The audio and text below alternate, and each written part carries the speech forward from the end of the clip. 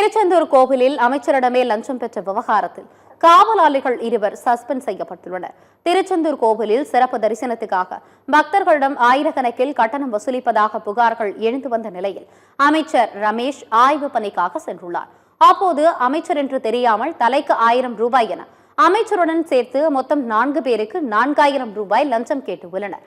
பணம் இல்லை என கூறிய அமைச்சர் அர்ச்சகரின் ஜிபேவுக்கு 4000 ரூபாய் அனுப்பி ஆதாரத்துடன் கையும் களவுமாக பிடித்துள்ளார்.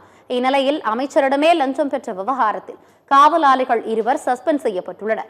மறு உத்தரவு வரும் வரை அர்ச்சகர் பூஜை செய்ய தடை விதிக்கப்பட்டுள்ளது. மேலும் மொட்டையடிப்பதற்கு பக்தர்களிடம் பணம் வசூலித்த புகாரில் 2 ஊழியர்களை பணியிலிருந்து விடுவித்து உத்தரவிடப்பட்டுள்ளது.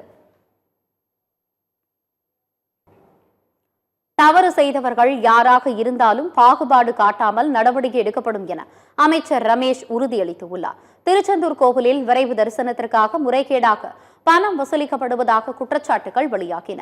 இந்த நிலையில் இந்து சமய அறநிலைத்துறை அமைச்சர் ரமேஷ் திருச்செந்தூர் கோவிலில் திடீர் ஆய்வு மேற்கொண்டார். பணம் வசூலிக்கப்படுவதை கண்டுபிடிக்க பக்தர் போல கோவிலுக்கு வந்தார். அப்போது முறைகேடான விடையில் தரிசனத்திற்கு அழைத்து செல்ல சில அர்ச்சகர்கள் 4000 ரூபாய் கட்டணம் கேட்டதாக கூறப்படுகிறது.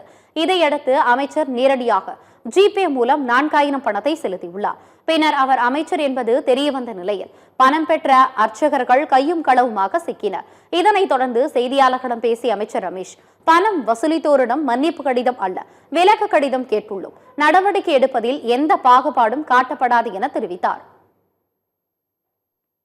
காலையில் சர்ப்ரைஸா ஒரு ஆய்வு பண்ணலாம் அப்படின்னு சொல்லிட்டு விடியற் காலையில் நான் இங்கே வந்திருந்து மாஸ்க் போட்டுட்டு நான் இங்கே வந்து ஆய்வுகள்லாம் பண்ணிட்டு இருந்தேன். அப்படி ஆய்வு இங்கே முன்னாடி இருக்கக்கூடிய இந்த கோபுர என்ட்ரன்ஸில் வந்து பார்த்தீங்கன்னா பொதுமக்கள் பக்தர்கள்கிட்ட பணம் வாங்கிட்டு உள்ள தரிசனத்திற்கு நேரடியாக கூப்பிட்டு போகிறத வந்து கண்டுபிடிச்சிருக்கோம். இதில் ஈடுபட்டுள்ளக்கூடிய இங்கே இருக்கக்கூடிய அர்ச்சகர்கள், அதிகாரிகள் எல்லாருமே சேர்ந்து தான் இங்கே ஈடுபட்டு இருக்கிறாங்க. அவங்க யாராக இருந்தாலும் எந்த பாகுபாடும் இல்லாமல் எந்த பாரபட்சமும் இல்லாமல் நடவடிக்கை எடுக்கணும். அதற்குள்ள இணையத்தில் ஒரு தப்பான செய்தியை பரப்பி விட்டுட்டு இருந்தாங்க.